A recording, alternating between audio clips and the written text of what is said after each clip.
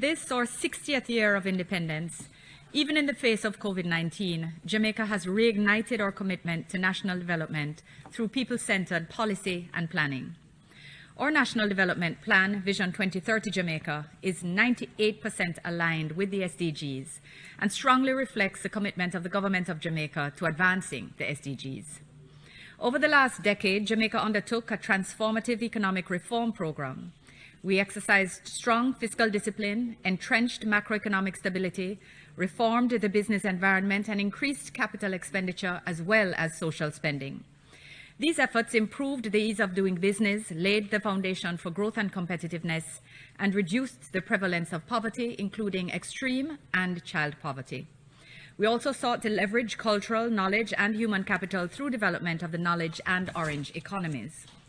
Furthermore, since our first VNR in 2018, we have expanded our protected marine and coastal areas beyond the global 2020 target, increased forest protection, updated our NDCs, and worked to harness the potential of the blue and green economies. Still, more is needed to protect biodiversity loss and strengthen environmental protection. Madam President, Jamaica's debt to GDP ratio, growth, and employment indicators were all negatively impacted by the pandemic. Youth and women, as elsewhere, were disproportionately affected. Additionally, the need to deliver goods and services remotely met upon the reality of our pre-existing digital divide. Transitioning from in-person modalities deeply affected rural communities, the poor, and vulnerable. Despite the challenges, the dividends of the economic reform program cushioned the more harmful impacts of the pandemic.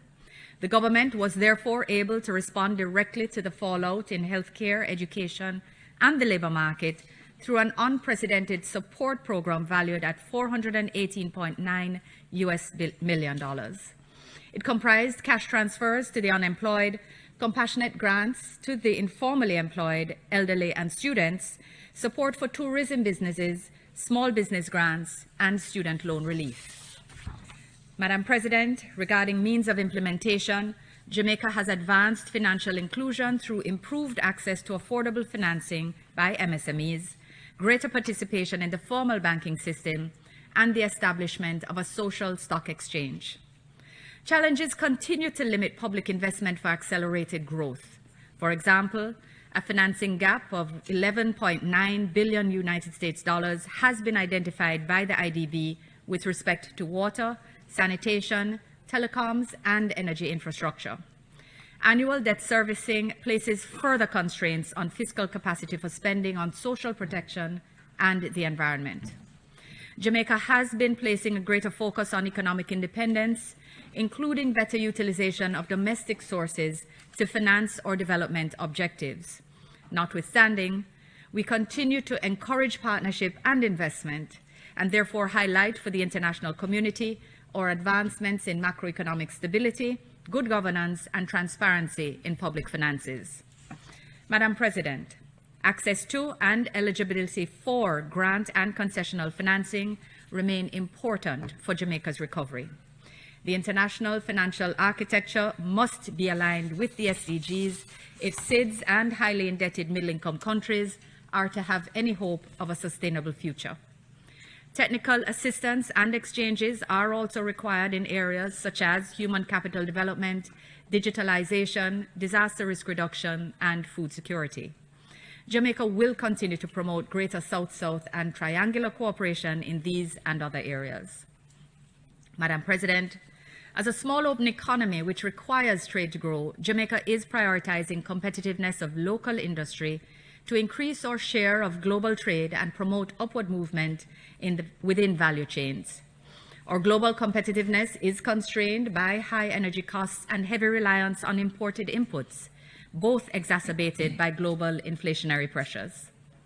Against this background, we encourage accelerated sustainable energy transition, strengthened linkages across productive sectors, promotion of local innovation through strengthened protection of intellectual property rights, increased knowledge transfer to, and investments in research and development within developing countries.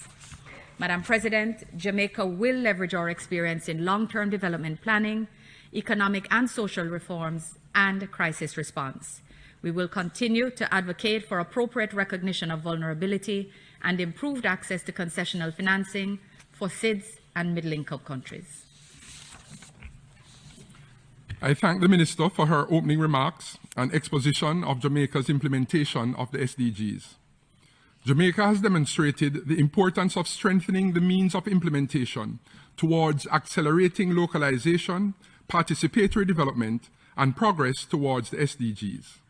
Our adoption of long-term national development planning enables responsiveness to shocks and promotes recovery in full commitment to achieving the priorities of Vision 2030 Jamaica and the SDGs. This has included strengthening the implementation framework with new and updated mechanisms and tools for results-based planning, implementation, and M&E towards accelerated social transformation.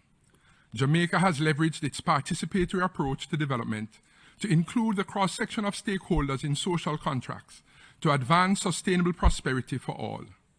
This goal will be bolstered by the development of multidimensional vulnerability and poverty indices, which will be utilized to strengthen our response to the factors contributing to vulnerability. We have enhanced the inclusiveness of our justice, health, financial, and educational systems through technology enablement and digitalization, improved statistical systems, and strengthened the mechanisms for standards, quality assurance, and accountability. This VNR has demonstrated that there is need for improvement in governance, stronger institutions, capacity building, and financing to achieve the priorities for each goal.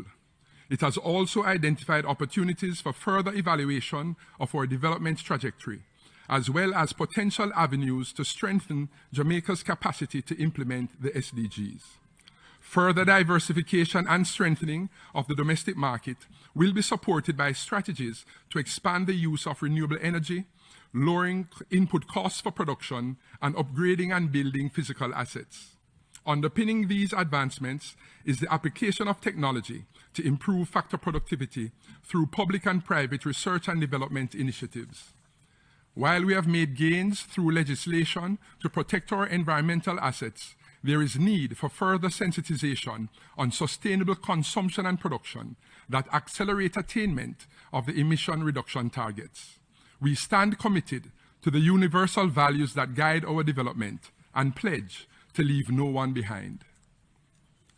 Madam President, the VNR process has underscored the need for Jamaica to address the emerging challenges of declining population growth, high inflation, and global instability, as well as the systemic and structural issues of high debt, insufficient economic sector diversification, climate change, low productivity, and innovation. These are impediments to our growth and development. Solutions will require the commitment of all stakeholders. Jamaica stands ready to action the SDGs as we reignite our nation to deliver an inclusive, resilient, and green recovery that ensures a broad and lasting rise in prosperity, leaving no one behind. Jamaica, the place of choice to live, work, raise families, and do business, remains our vision. I thank you.